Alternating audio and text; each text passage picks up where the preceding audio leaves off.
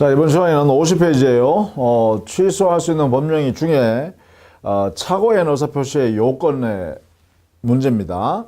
즉, 109조에 착오를 한 의사표시 이게 해당되면 일정한 표의자는 요건을 갖추었을 때 취소할 수 있단 말이에요. 그 착오에 의한 의사표시 취소하기 위한 요건이 뭐냐? 이걸 보려고 그래요. 거기에 첫 번째요. 그러니까 109조의 요건이겠죠? 자, 이 요건에는 첫 번째, 이 착오의 대상이요. 당의 법률행위의 중요 부분에 관하여 착오가 있어야 됩니다. 여기에 착오가 존재할 것. 이런 거예요. 또 두 번째, 그 착오를 일으키는 표의자는요. 이러한 착오에 대해서 중대한 과실이 없어야 돼요. 중대한 과실이니까 줄여서 중과실이라고 그러죠. 이게 없어야 된다. 이랬을 때 취소할 수 있다라고 하는 것이죠. 자, 이때 보시면 위에 있는 요게 중요분의 착오가 존재해야 된다. 이것은 있어야 되니까 적극적 요건이라고 그래요. 적극적 요건. 이에 반해서 표의자가 중과실이 없어야 된다. 이건 없어야 되니까 이거는 부존재잖아요. 그래서 이걸 소극적 요건 이렇게 표현하기도 해요. 자, 이러한 중요분의 착오가 존재한다는 것은 이것은요. 말한 취소권 행사를 하는 표의자가 입증해야 돼요. 표의자의 입증 책임이요. 그래서 표의자 스스로가 내가 중요 부분에 착오를 일으켰으니까 난 취소할래. 그리고 이 부분은 중요 부분이잖아 하는 것을 증명하면 돼요. 판사한테. 이에 대해서요. 그 표의자가 취소권 행사할 때 상대방은요. 야, 표의자 너 중대한 과실이 있어? 그래서 너가 착오 일으켰잖아. 그러니까 너 취소 못해. 왜 중대한 과실이냐면 이렇게 했으니까 너 중대한 과실이 있는 거야 라고 이것은요 상대방이 입증 책임을 진다 이래야 되겠죠. 자, 이런 내용으로 입증 책임을 분담시켜 놨어요 우리 법원이요. 자, 이것은 판례입니다. 이렇게 입증 책임에 관한 판례. 자, 이렇게 하고 있어요. 그러면 여기서 중요한 건 핵심이 뭘까? 바로 이겁니다. 중요 부분이 어떤 경우에 중요 부분이냐 라는 것 하나, 그 다음에 중대한 과실이 있다 없다 할 때 중대한 과실은 어떤 것이 중대한 과실이냐, 이 두 가지를 이제 정리해 둘 필요가 있고 그것을 우리 교재 50페이지에 정리해 놨다라는 것입니다. 자, 먼저 거기에 기억 동그라미에 보시면 중요 부분의 의미라고 되어 있죠.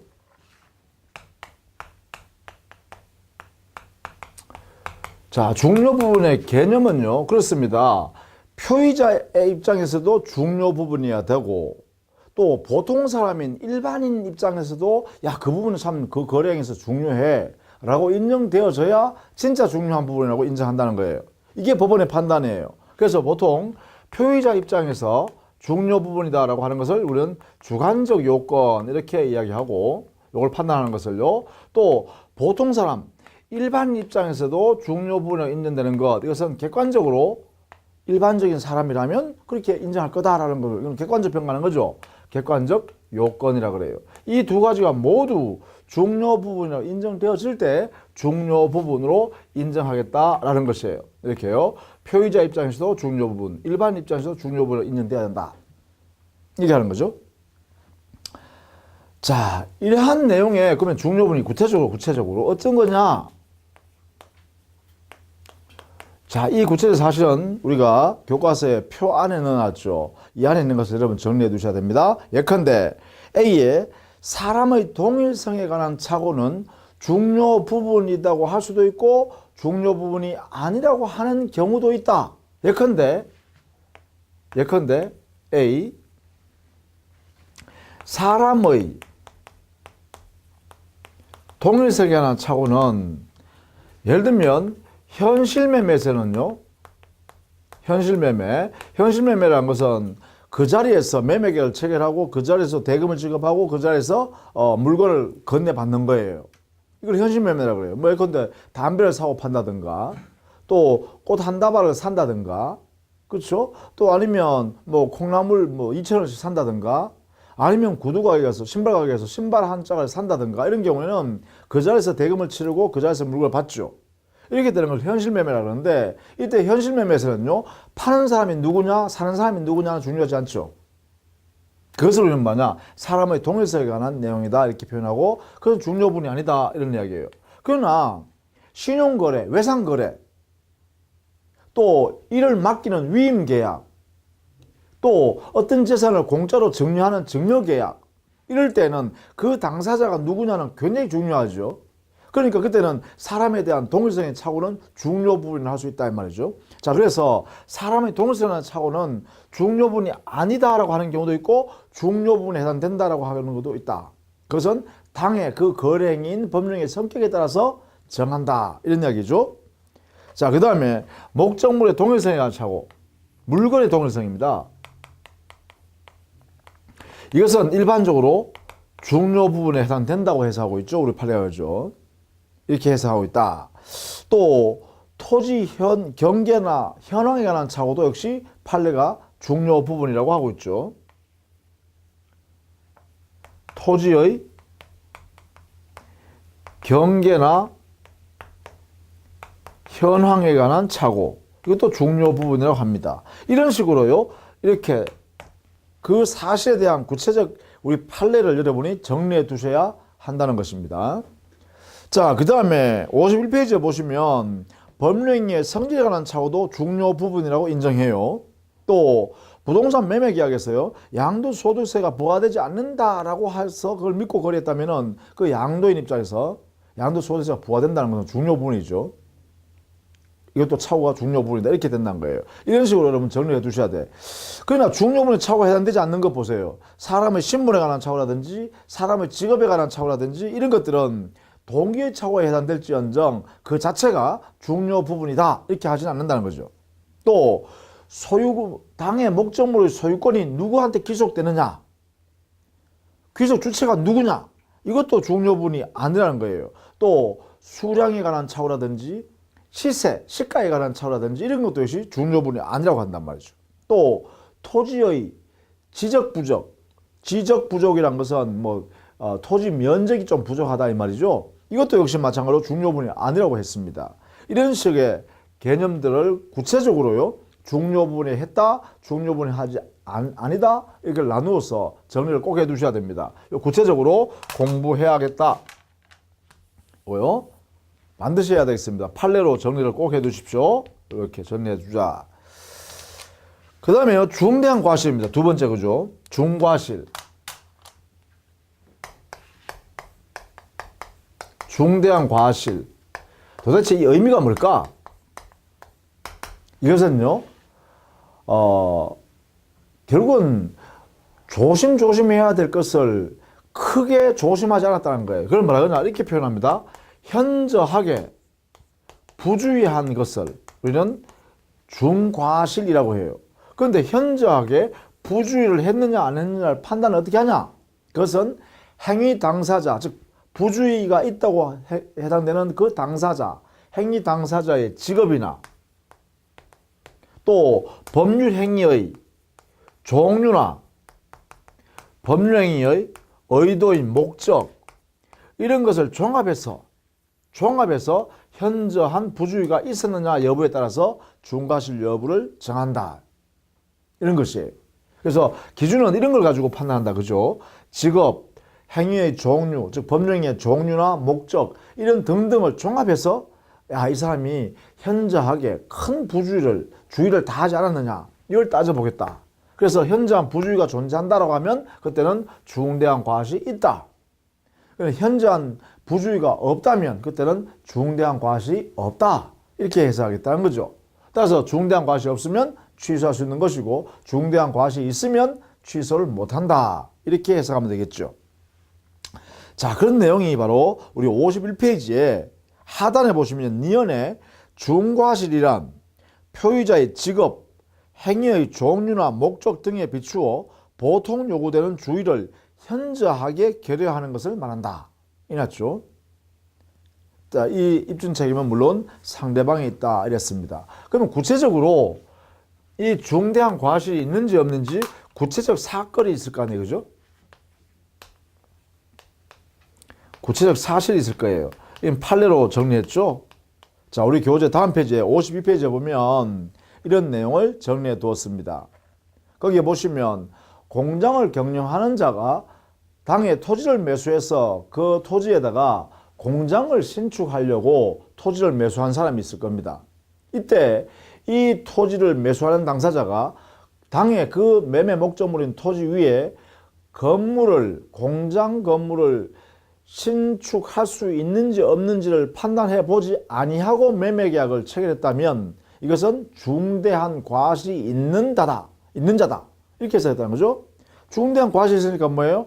그 당사자 매수인은 취소 못한다는 것입니다. 그래서 이거 공장부지 사건이다. 그죠? 1번 공장부지용 토지 매매 계약에서 이 공장을 지을 수 있는지 없는지를 사전에 신축 여부, 신축 가부를 이걸 확인하지 아니한 것은 중대한 과실이 있다. 그죠? 이렇게 했다. 그죠? 이에 반해서 두 번째. 자, 골동품을 주로 거래했던 당사자가 말이죠. 자, 고려청자로 보이는 청자를 보고 아 이거 고려청자다. 자기가 이제까지 거래한 이런 감정 능력에 의하면 아 저거는 분명히 고려청자다 라고 믿고 그 고려청자를 자기가 사겠다 하고 1억에 매매 계약했다는 거예요.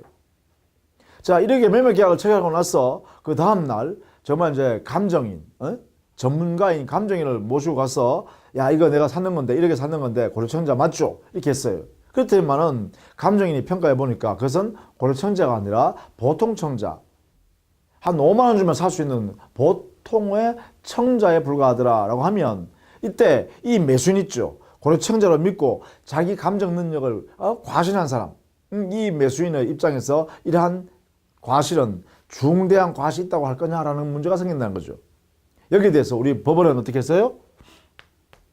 중대한 과실이 인정할 수 없다. 과실은 있을지언정 중대한 과실이 있다고까지는 할 수 없다. 이렇게 한 거죠. 그래서 고려청자 매수 사건입니다. 고려청자 매수. 그죠? 여기에서는 이 고려청자라는 감정을 제대로 해보지도 않고 자기가 과신해서 고려청자로 믿고 거래하는 이 당사자는 과실은 있을지언정 중과실은 인정되지 않는다. 이렇게 했죠.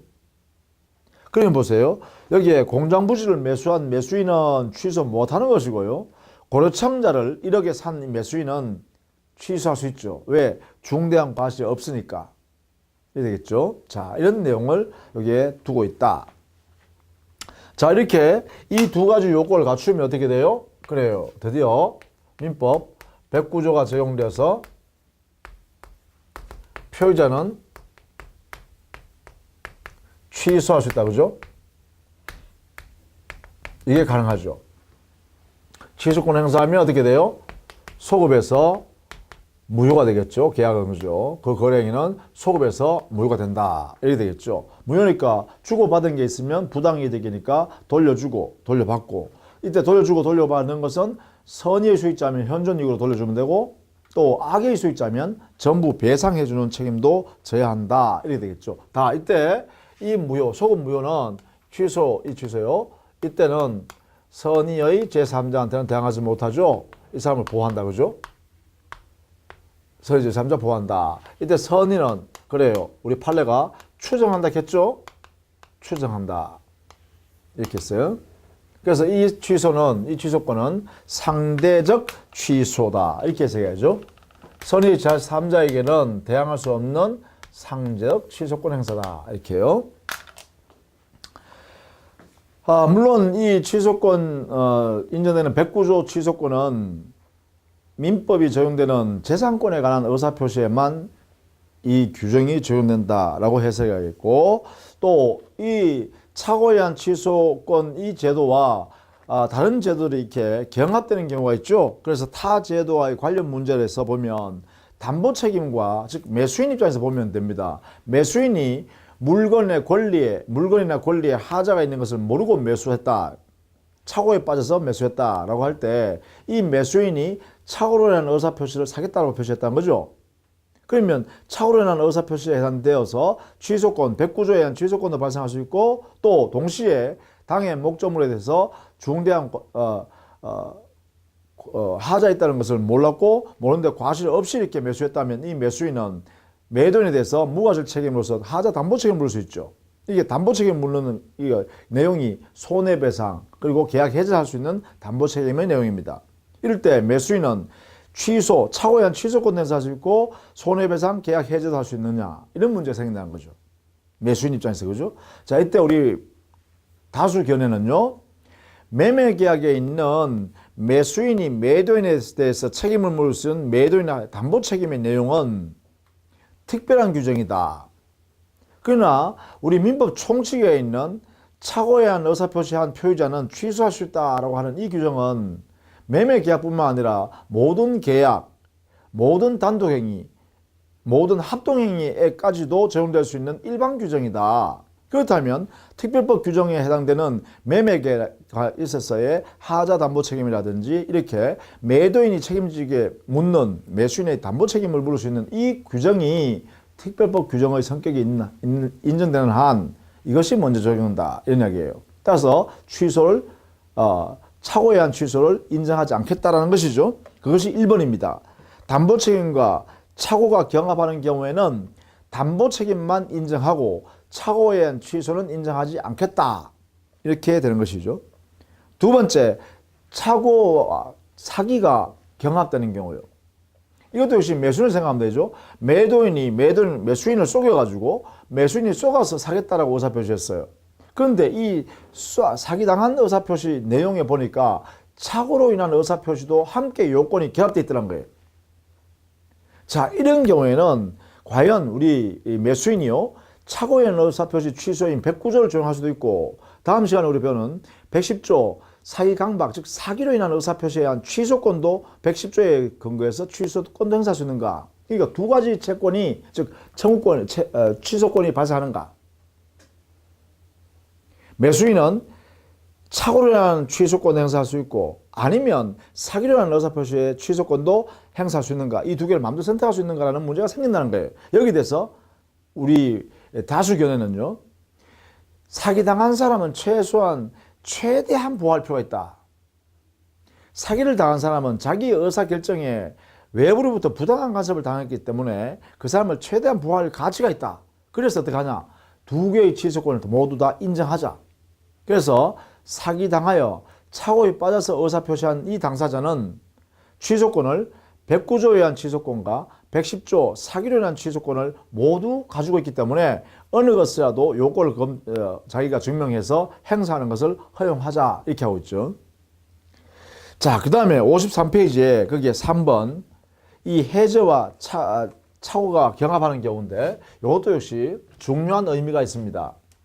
이거는요. 자, 매매 계약에서 말입니다. 매도인이 매수인과 이렇게 매매 계약했을 때요. 자, 이때 매매 계약할 당시에 매수인은 착오에 의하여 사겠다고 의사표시했다는 거예요, 이렇게. 그러면 민법 109조 요건을 갖추었다 이 말이죠. 그러다 보니까 매수인이요, 이 계약 내용대로 중도금을 지급해야 할 때가 됐는데 이게. 그런데 이 매수인이 이행을 하지 않고 있어요. 왜냐하면 자기가 착오에 빠져서 의사표시했기 때문에 사겠다 했기 때문에 취소를 할까 말까 고민하고 있었는 거죠. 이렇게. 그래서 중도금 지급 시기가 도래했음에도 불구하고 이렇게 지급을 하지 않네요. 그럼 이건 뭐예요? 채무 불이행입니다. 매수인이 채무 불이행을 하고 있어요. 그러다 보니까 매도인이요, 산납기간 정해서 이행을 최고하고 최고받은 매수인이 그래도 이행을 하지 않으면 이때 매도인이요, 이 매매계약을 어떻게 해요? 중도금 지급 불이행을 이유로 뭐 할 수 있다? 해제해버렸습니다. 해제. 이렇게. 나 이 계약 안 할래 라고 해버렸다는 거죠. 이렇게. 계약 안 하겠다. 해제했어요. 해제. 먼저. 자, 그러고 나면 이 매매계약은 소급에서 무효가 되고 해제 효과로서요. 어떻게 하냐면 상대방한테 채무 불이행한 상대방한테 손해배상 청구권을 행사해요. 여기에 매도인은 매수인한테 이렇게 손해배상 청구권을 행사합니다. 자, 그런데 매수인은 왜 지금 이게 채무 불이행하고 있죠? 왜 중도금을 지급하지 않고 있죠? 그래요. 착오에 빠져서 제가 의사표시했기 때문에 취소가 가능하잖아. 그죠? 그래서 취소권을 행사할까 말까 고민하다가 보니까 느닷없이 저기 있는 매도인이요. 해지하고 나서 와가지고 손해배상에 이렇게 하고 있는 거예요. 그러니까 이 사람은 뭐겠어요? 야, 나는 취소한다. 이렇게 한 거예요. 나 이 매매가 취소한다. 그래서 취소권 행사했습니다. 자, 취소권 어떻게 했어요? 해제한 후에 취소권 행사했어요.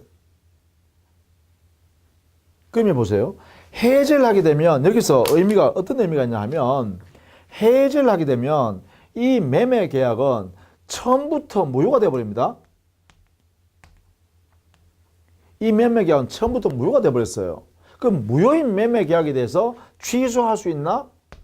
이런 문제점이 발생하죠. 매매 계약이 무효가 되어 있는데 해제했기 때문에 그 이후에 취소권 행사가 가능한가? 왜? 취소를 한 것은 유효한 법령에 대해서 취소 사유가 있기 때문에 취소하면 그 유효한 법령이 무효로 바뀌는 거거든. 그러면 무효인 행위를 취소해서 또 무효를 만든다고? 이렇게 질문한 거죠.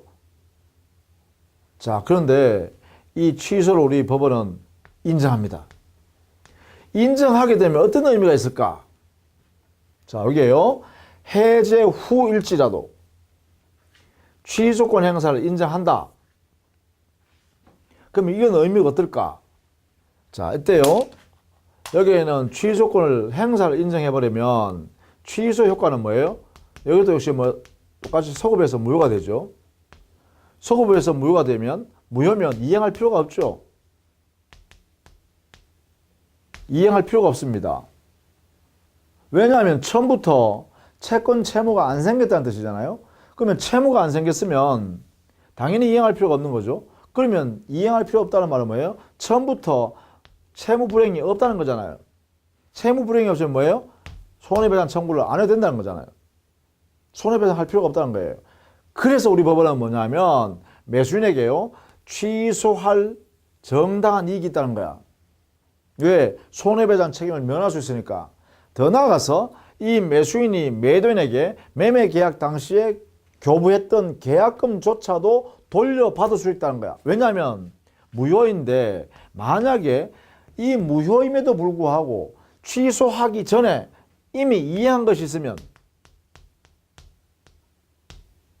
이행한 것일 때는 이거는 뭐예요? 부당이득 반환을 청구할 수 있도록 해놨죠. 부당이득 반환을 청구할 수 있다. 이렇게 만들어놨단 말이에요. 그렇다면 이미 이행한 계약금이 있다면 이 계약금에 대해서는 반환 청구를 매수인이 할 수 있다는 거죠. 이게 가능하다는 거예요. 이게 가능하다. 그래서 우리 판례는요. 해제가 되었다 하더라도 그 이후에 착오를 이유로 취소하는 것이 인정되어야 한다. 왜냐하면 그 당사자한테는 이러한 실익이 있다, 이익이 있다는 거야. 법적으로 보호할 가치가 있다는 거야. 그래서 매수인에게 취소권을 인정한다. 행사를 인정한다. 이걸 꼭 알아두십시오. 해제 후 취소권 행사가 가능하다. 이렇게 정리해 두시기 바랍니다. 자, 그 다음에 4번의 화해계약에는요. 733조에서 분쟁 사실에 대한 착오를 가지고 이미 화해계약을 한 그 계약을 취소할 수 없다. 이거는 733조의 명문으로 규정을 두고 있습니다. 자, 이렇게 정리를 해 두어야겠다라는 것이죠. 자, 그 다음에요. 우리는 110조. 사기 강박으로 한 의사표시. 그것을 취소할 수 있다 했죠? 민법 110조. 자, 거기에 1항은 사기나 강박에 의한 의사표시는 취소할 수 있다. 이렇게 났죠. 이것은 1항은 이런 경우입니다. 갑과 을이 갑의 토지 소유권을 매매하면서 10억에 매매하였어요. 그래서 대금을 지급하고 소유권을 이전받았죠. 자, 근데 문제는 뭐냐면 이 매매 계약할 당시에 을이 이 당시에 사기를 쳐가지고 갑을, 그래서 갑이 쏘가서 상대방을 사기로 인하여 갑이 의사표시 팔았다. 이렇게 보십시오. 이렇게.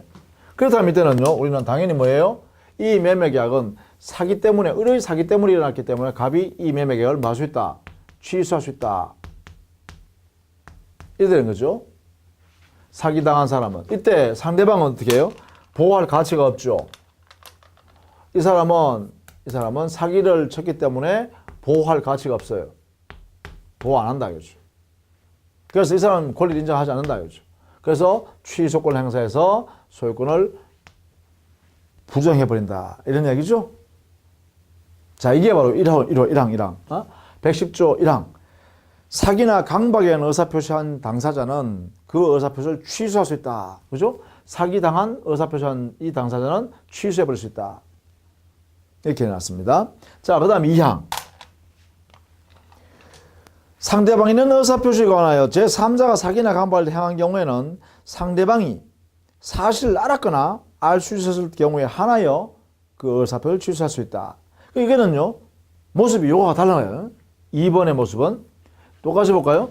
갑이라는 사람이 을과 갑의 소유 자신의 토지를 이렇게 10억에 매매 계약했다. 그래서 대금 10억을 주고 소유권 이전해 왔습니다. 등기 전. 그래서 을이 소유권 취득했습니다. 이렇게 똑같은 모양이죠. 근데 만약에 말이죠, 여기에 있는 제3자 병이라는 사람이 이 갑을 사기를 쳤어요. 똑같이 이렇게. 여기는 을이 사기 쳤죠. 여기는 병이라는 자가 갑을 사기 쳤어요. 이렇게. 자, 이렇게 함으로써 여기에 있는 갑이라는 사람이 사기를 당해서 그래서 내가 팔았다. 팔게라고 했다는 거예요. 자, 여기는 어떻게 됐어요? 거래 상대방이 사기를 쳤기 때문에 팔았죠. 이렇게. 근데 여기는요, 거래 상대방이 사기친 게 없잖아요. 그럼 이때는요, 이 사람은 보호돼야죠. 그렇죠? 그래서 이 갑의 입장에서는요, 사기당했으니까 나 취소하란다 하는 이 의사표시, 이걸 아무 때나 인정해 줄 수 없죠. 이렇게. 나 이 계약 취소할래. 이것을 인정하는 것은 당연히 인정할 수 있냐라는 문제가 생기죠. 이렇게. 이 취소권, 갑이 이 매매가 취소하겠다라는 것 가능한가? 자, 위에 보세요. 요 상대방이요, 의사 표시를 받은 상대방이 보호할 필요가 없잖아요. 그래서 취소를 인정했죠. 그럼 여기도 똑같이요. 여기도 이 보호 필요성이 없을 때 한해서만 이럴 때만 이 취소권을 인정해줘라. 이렇게 하죠. 그래야 이 모습이 똑같죠. 그래서 이것을 우리는 110조 2항에서요. 제3자가 이렇게 계약 당사자 아니니까 제3자의 사기로 인하여 의사표시를 한 경우에 이 의사표시를 취소하기 위해서는 상대방이 의사표시를 받은 상대방이 어렸을 때 이 사람이 보호할 필요가 없는 게 뭐냐? 이 상대방이 갑이 사기당해서 의사표시하고 있다는 사실을 얘가 알았거나 악이 또는 알 수 있었을 때 과시 있는 때 요때 한해서만 요때만 취소권을 인정하자라는 것이에요. 그래서 여기 하나 더 들어간다 그죠? 여기에서는 얘가 알았거나 알 수 있을 필요가 없죠. 얘가 스스로가 뭐예요? 사기했으니까. 근데 여기는요, 그런 게 없으니까 반드시 상대방이 알았거나 알 수 있었는 때, 과시 있는 때, 이때 한해서만 이 취소권을 인정한다. 이게 가장 중요한 말입니다. 이거요. 자, 그러면 여기에 있는 갑, 이 갑의 이 의사표시요, 사기당한 의사표시, 강박을 한 의사표시, 이 의사표시를 보면 사기나 강박 때문에 의사표시했다라고 할 때 이 의사표시, 이것이 만들어지기 위한 요건은 어떤 거냐 보면 이렇죠. 첫 번째, 사기나 강박하는 사람이 있겠죠. 사기자나 강박자가 있어요. 이 사람이 뭐예요? 고의로, 그죠? 의도적으로 상대방을 속이려고 했어야 된다는 거죠. 누군가를 의도적으로 진실을 모르게 만들 의사가 있어야 된다는 거죠. 그래서 고의로 해요. 고의로. 그래서 과실로 부주의 때문에 상대방이 진실을 몰랐다. 상대방이 겁이 났다. 이런 경우에는 여기에 해당될 수가 없는 거야. 과실로 인한 경우는 여기에 해당되지 않는다. 사기 강박의 의사표시에 여기에 해당되려 그러면 여기에 해당되려 그러면 반드시 사기치는 사람, 강박치는 사람이 의도를 가지고 해야 된다. 의도. 고의로 해야 된다. 이 첫 번째입니다. 두 번째, 그러면 고의를 가지고 어떻게 해야 돼요? 사기 행위에 처해야죠. 사기 행위를 해야 돼요. 이것을 우리는 민법에서는 기망행위라고 합니다. 법에서는 속임수. 그 다음에요. 강박자는 어떻게 해요? 강박행위 해야죠. 강박행위. 기망행위, 강박행위를 고의로 해야 된다. 이 말이죠. 이때 이 행위들은요, 종류를 불문합니다. 심지어 침묵을 지키고 있어도 상대방이 진실을 모르게 된다든가 또 침묵을 지키고 있어도 상대방에게 공포심이 발생하는 그러한 침묵이라면 이것은 뭐예요? 기망행위인 사기행위가 될 수 있고 강박행위가 될 수 있다 이 말이죠. 그래서 종류 불문한다. 이 행위는 그죠? 이 행위는 종류를 불문한다. 과연 상대방한테 어떠한 진실을 모르게 하거나 상대방에게 어떠한 공포심이 야기될 수 있는 그러한 분위기 자체가 뭐냐? 바로 사기행위가 되고 강박행위가 된다 이거죠. 그래서 여기에 있는 행위는 종류불문 이렇게 정리하죠. 종류불문한다. 자, 그 다음에요. 이 기망행위, 강박행위는 반드시요. 위법해야죠. 법에 서용되지 않는 그러한 행위들이어야 되죠. 그래서 사회 질서에 반하는 거죠. 사회 통념에서 반하는 거예요. 통념. 사회 관념으로 반하는 거예요. 사회적으로 허용될 수 없는 그러한 행위들이다. 그게 위법이죠. 위법. 이렇게 해야 되죠. 그 다음에 이러한 위법한 기망행위, 강박행위가 결국은 표의자, 말하는 사람 있잖아요. 말하는 사람이 사기를 당했으면 착오에 빠지겠죠. 착오에 빠져서 또 강박을 당했으면 공포심이 생기겠죠. 공포심에서 여기에서 드디어 의사표시, 이것 때문에 의사표시를 하게 되는 거죠. 이렇게. 이거는 결국 뭐냐면 이러한 원인이 있었기 때문에 결과적으로 의사표시했다. 이렇게 되죠. 그리고 결국 뭐예요? 원인과 결과관계가 존재한다. 이것을 의미하겠죠. 인과관계가 존재한다. 이런 뜻입니다. 그죠? 착오, 공포심에 빠져서 의사표시를 하게 된다. 진실을 알았다면 의사표시 안 했다. 겁이 안 났으면, 공포심이 안 생겼으면 이런 의사표시 안 했다. 또는 착오나 공포심 없이 자기 스스로가 자연스럽게, 자유롭게 의사결정했다. 자기가 저 사람이 나를 속였지만, 내가 나를 속이는 거 알지만 내가 하고 싶어서 했다. 저 사람이 나를 공포심을 주려고 강박을 했지만 나는 겁이 안 나고 내가 스스로 하고 싶어서 의사결정해서 했다. 그러면 여기에 원인 결과관계가 없으니까, 즉 여기에 있는 기망행위, 강박행위에 인하여 이렇게 해야 되죠. 원인 결과잖아요.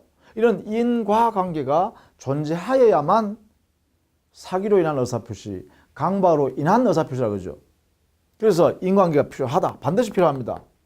이때 인과관계는요, 그 표의자, 말하는 사람을 중심으로 판단하기 때문에 보통 사람의 기준으로 판단하지 않아요. 야, 그 기망행위나 그 강박행위는 보통 사람이면 거기에 쏙지도 않고 보통 사람이면 거기에 겁도 안 나. 근데 저 사람은 너무 착해가지고 쏘았어. 저 사람은 너무 착해가지고 공포심이 생겼어. 그러면 그 사람한테는 공포심이고 그 사람한테는 착오죠. 그 사람한테는 기망행위에 해당되는 거고 그 사람한테는 강박행위가 되는 거죠. 이렇게 평가한다는 거야. 그렇게 평가하는 걸 뭐라고 하냐? 주관적 인과관계라고 한다.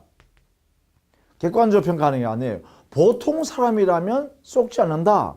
보통 사람이라면 겁이 안 난다. 이렇게 판단하는 게 아니라는 거죠. 인과관계를 판단할 때. 그것을 우리는 주관적 인과관계를 한다. 그래서 이러한 내용의 요건을 갖추면 사기 강박을 의사표시해서 드디어 표의자한테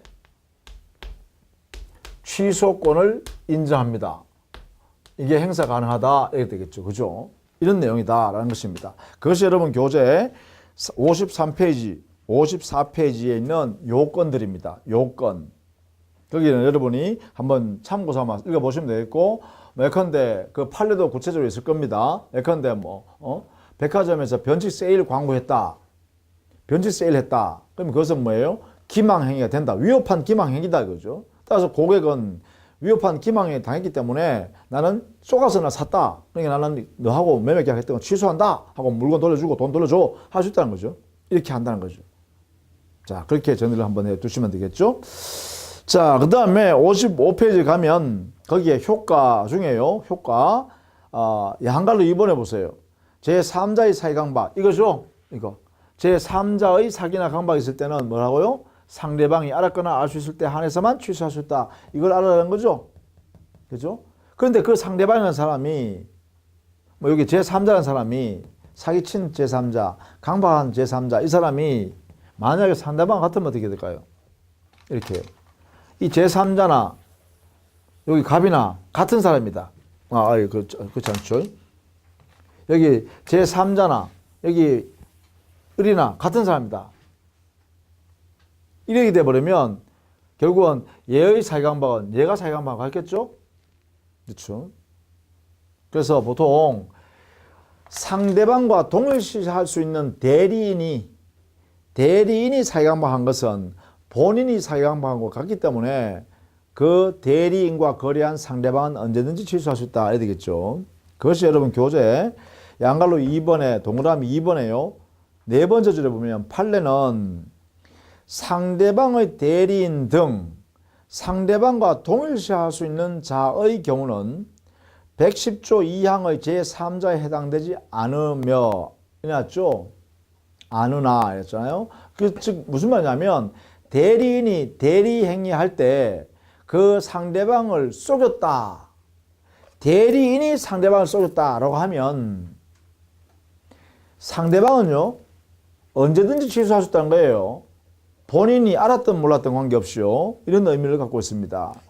자, 그 다음에 여기 취소는 선의 제3자한테 대항할 수 없죠. 이 취소권 행사는 선의의 제3자에게 대항할 수 없는 내용이니까 선의 제3자가 보호되죠. 그죠? 따라서 이게 선의는 우리 판례가 또 추정한다 했습니다. 그죠? 추정한다. 추정하기 때문에 제3자는 권리를 보호받는다. 이런 내용이죠. 그래서 이것도 역시 뭐예요? 상대적 취소다. 그죠? 취소권 자체가 상대적이다. 이렇게 해석해야죠. 왜? 이 조항, 단서 조항이 있으니까요. 이렇게 보시면 되겠죠. 자, 그런 내용으로 여러분 한번 정리하시면 되겠습니다. 자, 이때요.